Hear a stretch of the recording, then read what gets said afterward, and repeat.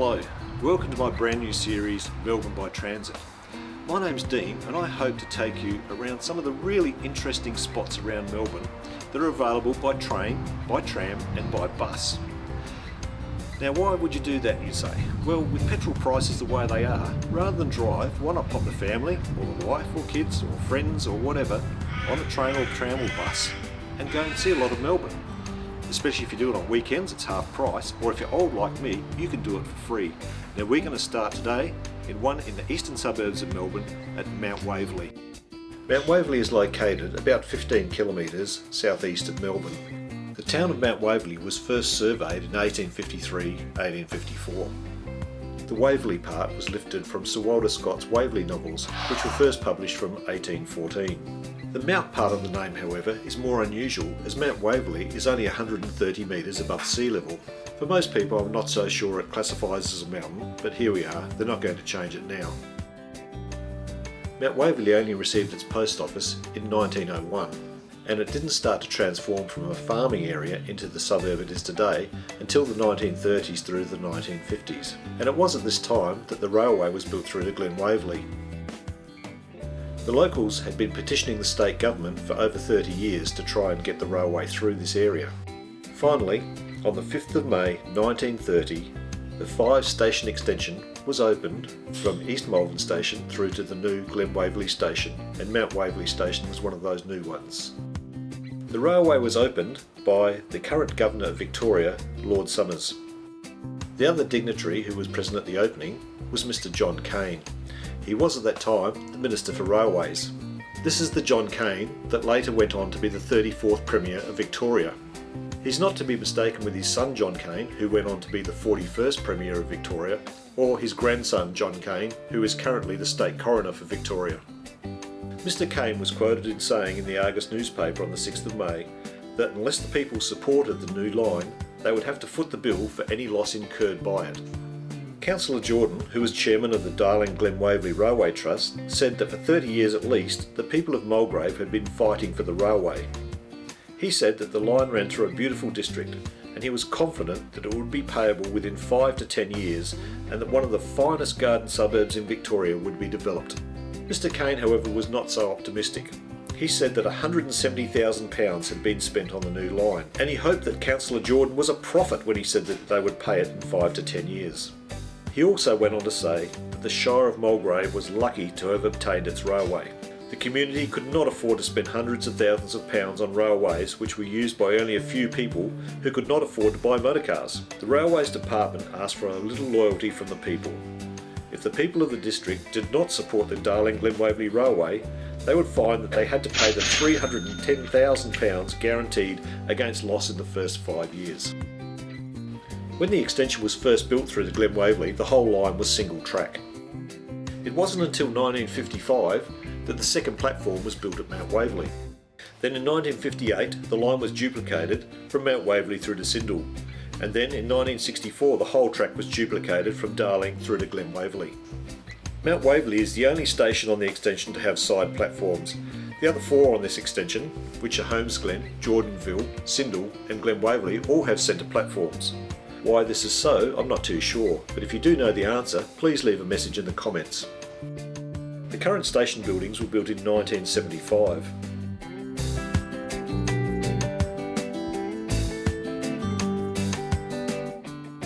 The station has an underpass and an overpass at Stevenson's Road. There are parking bays to the north and the south of the station. Although there are quite a number of all-day parks for commuters in Mount Waverley, it should be noted that especially in the southern car park, there are 2 blocks that have been designated both 2-hour and 4-hour parks. As these on a busy weekday are not being fully utilised, it's probably something that should be looked at. Mount Waverley was the first station to be named a premium station, and by that, the station is staffed from the first train in the morning to the last train in the evening. There are 2 bus services that run through to Mount Waverley. The 733 runs from Box Hill through to Clayton via Monash University. The 623 bus runs from Glen Waverley through to St Kilda via Chadstone. I'm here now on the path just on the south side of the station. Now this is the path that runs under the underpass on Stevenson's Road just behind me. Now, if there was ever a road in Melbourne to have an identity crisis, I think it'd be Stevenson's Road, and here's why. The road starts to the north in Templestowe, where it is called Victoria Street. When it reaches Doncaster, the name changes to Wetherby Road, and then once again to Middlesbrough Road through Box Hill. Where we are now at Mount Waverley, it's called Stevenson's Road. South in Clayton, it becomes Clayton Road, and further south in Braeside, it becomes Boundary Road. It turns around towards Aspendale Gardens and is called Wells Road. In Patterson Lakes, it's first called Gladesville Boulevard, and then finally ends up as a small court called Lagoon Place in Patterson Lakes. That means that this road has 9 different names over its 36-kilometre run. I think this must be a record in Melbourne for a road with the most names fully within the Melbourne suburbs. If you do know of another one, please let me know in the comments below. I'd love to have a look at that too. Once you've explored the station and surrounding areas, it's nice to have a look around the shopping area, which is just on the south side of Platform 1. Mount Waverley is well serviced by its L-shaped shopping strip. It also has 2 large supermarkets, and there's a wide selection of restaurants and cafes. Once you've had a good look around the shops, head over towards Stevenson's Road and head south till you reach Sherwood Road. It's just a couple of blocks south. Here I am now on Sherwood Road in the middle of Sherwood Park, which was the original estate. Now, some of the 1950s mansions do still remain from that time.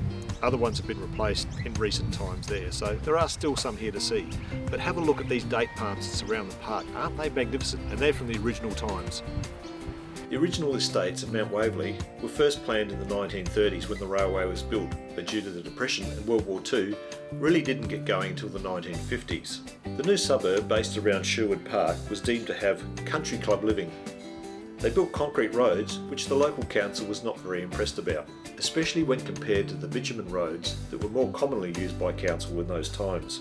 However, the concrete roads still continued right through this suburb, and many of the concrete roads still remain through the district. A little bit further up Sherwood Road, I'm on the first intersection at a roundabout with Park Lane. Yes, that's right, Park Lane, like on the original Monopoly from the London set. Here I am now over the western end of the estate.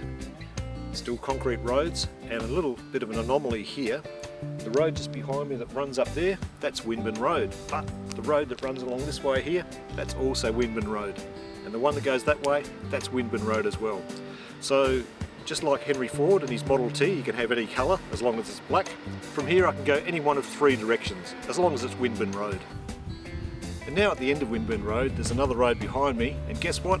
It's Pall Mall. Yes, do you think the original estate designers had something about the London edition of Monopoly? I'm starting to think so. And now for a short walk to one of my favourite places in suburban Melbourne, Valley Reserve. To get there, start from Platform 1 and walk under the underpass under Stevenson's Road. Follow down Stevenson's Road a short way till you reach Waymaree Drive and follow through there either Waymaree Drive or Valley Road. Either of those will get you to Valley Reserve. Here you'll find a beautiful 15-acre park planted with natural bushland. Once there, you'll find it hard to believe you're actually in suburbia at all. It's just so beautiful here and so quiet. Considering the Monash Freeway is only less than a couple of k's away and there's a lot of main roads around, in the middle of suburbia here, just all I can hear are crickets and cicadas and bellbirds, and it's beautiful. The local council has provided a most magnificent adventure playground. Plenty of things to climb, jump and spin around on. Bring the kids or the grandkids down here, they'll have a wonderful time. There are also picnic facilities and barbecues, and plenty of shelters as well.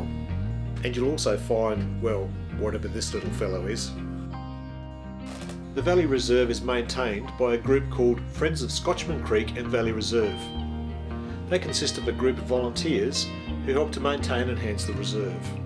As you can see, they do a wonderful job. I'll put some contact details for them down in the description below. Well, here I am now on the southern edge of Valley Reserve. And for those Monopoly fans who haven't had enough from before, just behind me here, yes, Regent Street. That's 3 for 3 so far, but wait, there's more. Go a little bit further up, about 100 metres, there's Oxford Street. And if you want the full set of 3, another about 100 metres beyond that, you've got Bond Street. They love Monopoly in Mount Waverley. full set. Could this day get any better? I think not. Well, that concludes my tour of Mount Waverley. Hope you enjoyed it. If there's anything I've missed, please let me know in the comments below, and I'm sure there is a lot of things people could add. Now, I'll be going around doing videos all around Melbourne, so if you've got any other ideas that you'd like to see a video on, let me know in the comments below as well. And subscribe. I've got a couple of videos right on the back of this one that'll be coming through, so if you want to see those, hit the subscribe button and you'll be able to see those as well. Thanks for watching.